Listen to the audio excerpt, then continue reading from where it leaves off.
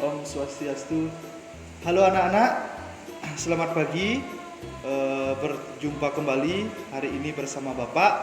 Nah, hari ini kita bertemu di pembelajaran tematik. Nah, sebelum kita lanjut, bagaimana kabar kalian pada hari ini? Semoga kalian tetap dalam keadaan sehat bersama keluarga di rumah. Nah, sebelum kita lanjut pada pendalaman materi, mari kita berdoa terlebih dahulu agar pembelajaran hari ini berjalan dengan lancar dan bermanfaat bagi kita semua. Berdoa Bapak pimpin langsung, berdoa menurut kepercayaan masing-masing, berdoa dipersilahkan.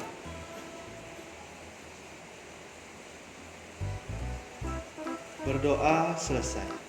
Nah, kita langsung saja. Hari ini kita belajar pembelajaran tematik, yaitu tema 6, subtema 3, pembelajaran 1 dan pembelajaran 2. Nah, adapun tujuan pembelajaran yang akan kita capai pada hari ini, yang pertama yaitu pada muatan bahasa Indonesia. Siswa mampu menyebutkan kata kunci dari teks eksplanasi pada media. Yang kedua, kalian mampu menjelaskan informasi penting dari teks eksplanasi. Nah, itu tujuan dari muatan bahasa Indonesia. Untuk muatan IPA, tujuannya yaitu kalian mampu menjelaskan benda-benda yang bersifat menghambat dan mempercepat perpindahan kalor. Yang kedua, yaitu kalian dapat atau mampu mengidentifikasi cara-cara untuk menghambat atau mempercepat perpindahan kalor pada benda. Nah, itu tujuan pada muatan IPA. Selanjutnya pada muatan SBDP, yaitu yang pertama tujuannya adalah kalian mampu menjelaskan ciri-ciri gambar cerita pada sampul depan buku. Nah, itu adalah tujuan pembelajaran kita pada hari ini yang akan kita capai. Agar tidak berlama-lama lagi, mari kita lanjut pada pendalaman materi pada tayangan berikut ini. Baik anak-anak, langsung saja kita pada pendalaman materi. Nah, hari ini kita akan belajar dan masih pada tema 6 dengan judul panas dan perpindahannya. Hari ini kita akan belajar di subtema 3 dengan judul pengaruh kalor terhadap kehidupan di pembelajaran 1 dan 2. Nah, di pembelajaran 1 dan 2 itu kita terdapat 3 muatan pelajaran. Yang pertama, muatan bahasa Indonesia, yang kedua muatan IPA, dan yang ketiga muatan SBDP. Nah, langsung saja kita masuk pada muatan yang pertama, yaitu muatan bahasa Indonesia. Pada muatan bahasa Indonesia, yang pertama kita akan belajar mengenai menyebutkan kata kunci dari teks eksplanasi pada media.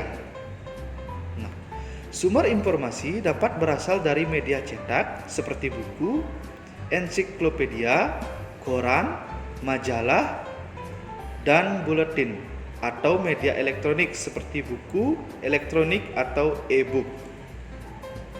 Nah, ingat, kita dapat mengingat informasi suatu teks dengan mengetahui kata kuncinya. Nah, kata kunci adalah kata-kata yang penting dan sering muncul di dalam sebuah teks. Nah, kata kunci ini juga kita sudah pelajari di pembelajaran sebelumnya, apa itu kata kunci yang sering muncul pada sebuah teks.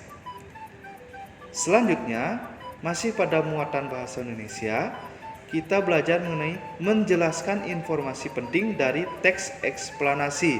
Nah, materi ini juga sudah kita pelajari di pembelajaran sebelumnya. Mari kita mengingat kembali. Selain membaca dengan cermat, cara lain yang dapat dilakukan adalah dengan membuat pertanyaan. Nah, kamu dapat membuat pertanyaan pada masing-masing paragraf dengan menggunakan kata tanya. Selain itu, jawablah pertanyaan yang telah dibuat berdasarkan isi teks. Nah, pada pembelajaran sebelumnya mengenai menjelaskan informasi penting dari teks eksplanasi, yaitu dengan membaca cermat. Nah, cara lainnya yaitu kita bisa melakukan dengan cara membuat pertanyaan dengan menggunakan kata tanya seperti apa, bagaimana, kenapa, mengapa, dan lain sebagainya. Setelah itu, setelah membuat pertanyaan, kita bisa langsung jawab pertanyaan tersebut. Nah, dengan membuat soal dan jawaban tersebut, kita bisa menjelaskan kembali informasi penting dari teks eksplanasi dari sebuah teks. Baik anak-anak, kita lanjutkan dan kita masuk pada muatan yang kedua, yaitu muatan IPA atau ilmu pengetahuan alam. Nah, di mana pada muatan IPA yang pertama kita akan belajar mengenai menjelaskan benda-benda yang bersifat menghambat dan mempercepat perpindahan kalor. Nah, ada benda yang mempunyai kemampuan menghantarkan panas dengan baik dan ada pula benda yang tidak dapat menghantarkan panas dengan baik. Nah, di sini kita akan belajar mengenai konduktor, isolator, dan semikonduktor. Nah, mungkin kalian sudah pernah mendengar istilah ini. Mari kita mengingat kembali. Nah, konduktor itu adalah ada bahan yang dapat menghantarkan panas dengan baik. Nah, konduktor itu adalah penghantar panas dengan baik. Contohnya panci, wajan penggorengan, atau alat yang terbuat dari bahan logam seperti besi, aluminium, tembaga, dan lain-lain. Nah, itu adalah contoh konduktor. Yang kedua yaitu mengenai isolator. Apa itu isolator? Isolator adalah penghantar panas yang kurang baik atau tidak dapat menghantarkan panas dengan baik. Itu disebut dengan isolator. Yang ketiga ada namanya semikonduktor, yaitu bahan yang sedikit dapat menghantarkan panas. Itu namanya semikonduktor. Selanjutnya, mari kita perhatikan cara-cara menghambat dan mempercepat perpindahan kalor dalam tabel berikut ini. Perhatikan nomor 1 yaitu jenis perpindahannya yaitu konduksi. Cara menghambatnya yaitu menggunakan benda-benda bersifat isolator atau penghantar panas yang tidak bisa menghantarkan panas dengan baik seperti karet, plastik, kain wol, dan ebonit. Nah, cara mempercepatnya yaitu menggunakan benda-benda bersifat konduktor yang dapat menghantarkan panas dengan baik seperti aluminium, besi, dan yang lainnya. Yang kedua yaitu konveksi. Nah, yang kedua dan ketiga ini adalah caranya yaitu sama, konveksi dan radiasi. Cara menghambatnya yaitu menjauhi atau memadamkan sumber panas. Jika cara mempercepatnya yaitu memperbesar sumber panas seperti menambah jumlah kayu bakar agar api semakin besar. Selanjutnya masih pada muatan IPA kita akan belajar mengenai mengidentifikasi cara-cara untuk menghambat atau mempercepat perpindahan kalor pada benda. Kita dapat membuat rancangan suatu percobaan terkait dengan cara-cara untuk menghambat atau mempercepat perpindahan kalor. Nah, rancangan dibuat dengan cara sebagai berikut. Caranya yaitu identifikasilah benda-benda yang terkait konduktor dan isolator, ya, atau benda-benda yang bisa menghantarkan panas dengan baik dan benda-benda yang tidak dapat menghantarkan panas dengan baik. Yang kedua, jelaskan cara kerja benda-benda konduktor dan isolator tersebut. Yang ketiga, jelaskan pula apa yang akan terjadi jika tidak dapat benda konduktor dan isolator. Ya. Nah, Bapak sudah menyediakan salah satu contoh percobaan. Mari kita lihat langkah-langkah kegiatannya. Yang pertama, bakarlah besi di atas lilin yang telah dinyalakan dengan korek api. Peganglah ujung besi dengan tanganmu.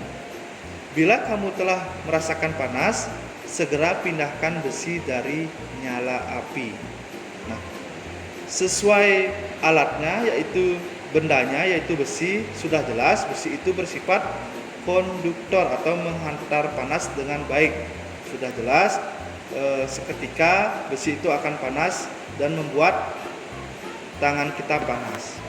Yang kedua, peganglah batang besi dengan menggunakan sumpit bambu. Nah, apakah yang terjadi? Kita ingat kembali bahwa bambu itu adalah benda yang bersifat isolator atau benda yang tidak baik dalam penghantaran panasnya. Yang ketiga, letakkan kembali ujung besi di atas nyala lilin. Apakah yang kamu rasakan? Yang keempat, ambil dan letakkan batang tembaga di atas nyala lilin. Bila terasa panas, pindahkan dari nyala api. Nah, ini adalah salah satu percobaan, yaitu mengenai benda-benda yang bersifat konduktor dan bersifat isolator.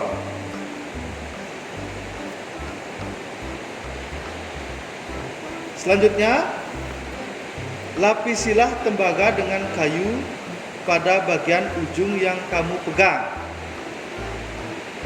Ini bisa dilapisi dengan tembaga dengan kayu ya, pada bagian ujung. Yang keenam, letakkan kembali batang tembaga di atas nyala lilin. Apakah yang kamu rasakan? Yang ketujuh, lakukanlah kegiatan yang sama. Kali ini ganti dengan sumpit bambu dengan sumpit berbahan plastik. Nah, apa yang kita rasakan? Dan yang ke-8, ganti sumpit berbahan plastik dengan bahan kain yang biasa digunakan untuk memegang benda panas di dapur, untuk memegang besi dan tembaga yang telah dipanaskan di atas api lilin. Apa yang dirasakan? Nah, itulah beberapa contoh percobaan yang menggunakan benda-benda bersifat konduktor dan benda-benda yang bersifat isolator yang kita coba panaskan dengan api di atas api lilin. Baik anak-anak, mari kita lanjutkan. Nah, sekarang kita akan masuk pada muatan yang ketiga, yaitu muatan SBDP atau Seni Budaya dan Prakarya. Pada muatan SBDP, kita akan belajar mengenai menjelaskan ciri-ciri gambar cerita pada sampul depan buku. Nah, materi ini kita juga sudah pernah pelajari di pembelajaran sebelumnya. Mari kita mengingat kembali dan memahami kembali. Gambar cerita adalah gambar yang digunakan untuk menjelaskan maksud dari suatu cerita.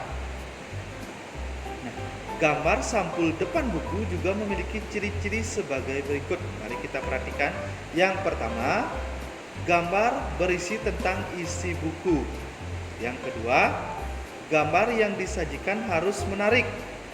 Yang ketiga, terdapat judul buku yang ditulis dengan ukuran huruf lebih besar dari tulisan lainnya, nama penulis dan nama penerbit buku. Yang keempat, warna yang digunakan dapat menarik perhatian pembaca. Nah, itu adalah ciri-ciri dari gambar sampul depan buku. Nah, mari kita perhatikan contoh gambar sampul buku berikut ini. Nah, gambar tersebut termasuk gambar cerita yang ada pada sampul buku depan. Nah, gambar tersebut berisi ilustrasi dua orang anak yang sedang mendengarkan musik dari telepon genggam dan alat pemutar musik. Kalian bisa perhatikan pada contoh sampul buku di sampingnya. Nah, gambar tersebut menunjukkan kemajuan zaman dalam menggunakan alat komunikasi digital. Nah, jadi gambar dari sampul buku ini sudah mewakili dari isi buku tersebut. Nah, begitu kita juga bisa lihat dari judulnya, hurufnya lebih besar dari tulisan yang lainnya. Nah, perhatikan salah satu contoh gambar pada sampul buku lagi, ya.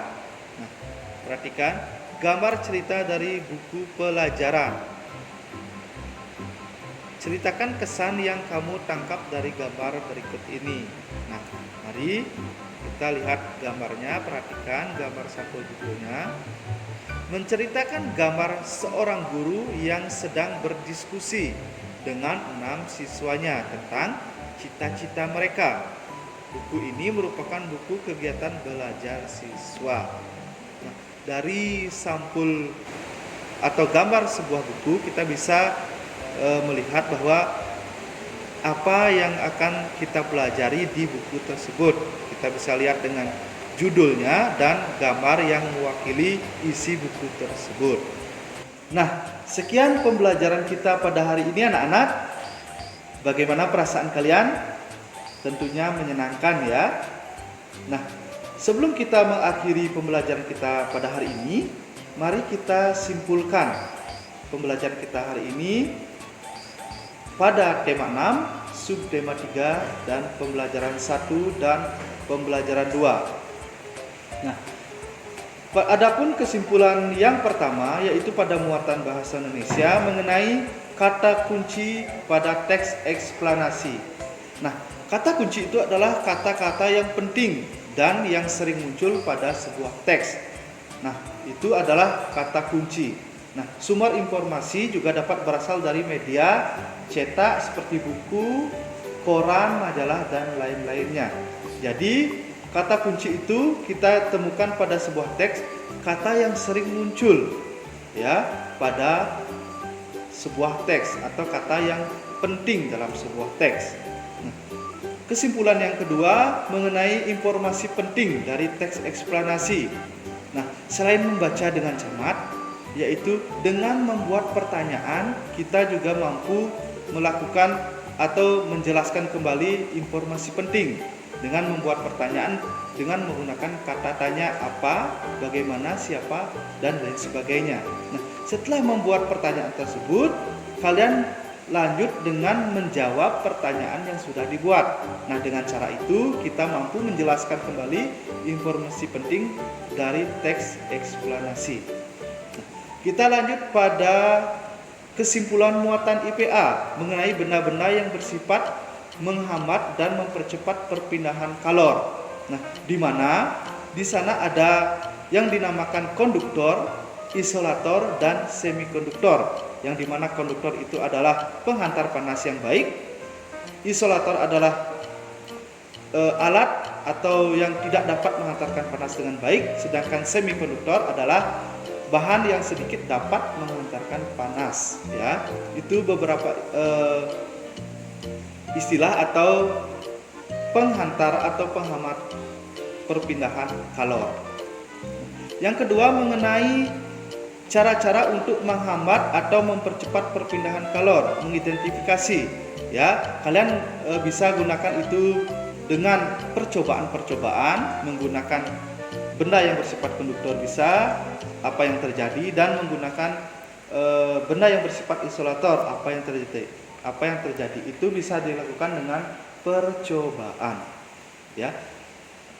Kesimpulan yang selanjutnya itu pada muatan SBDP mengenai ciri-ciri gambar cerita pada sampul depan ya. Mengenai ciri-cirinya yaitu suatu judul atau tulisan judul pasti lebih besar hurufnya atau tulisannya daripada tulisan yang lain ya. Nah, untuk gambar pada sampul buku itu pasti mewakili dari isi buku tersebut yang sudah kita pelajari tadi, beberapa contoh yang sudah Bapak berikan. Nah, itulah kesimpulan yang dapat kita ambil dari pembelajaran kita hari ini. Semoga pembelajaran kita bermanfaat bagi kita semua. Bapak akhiri pembelajaran hari ini dengan Parama Santi. Om Santi Santi Santi Om. Sampai jumpa lagi.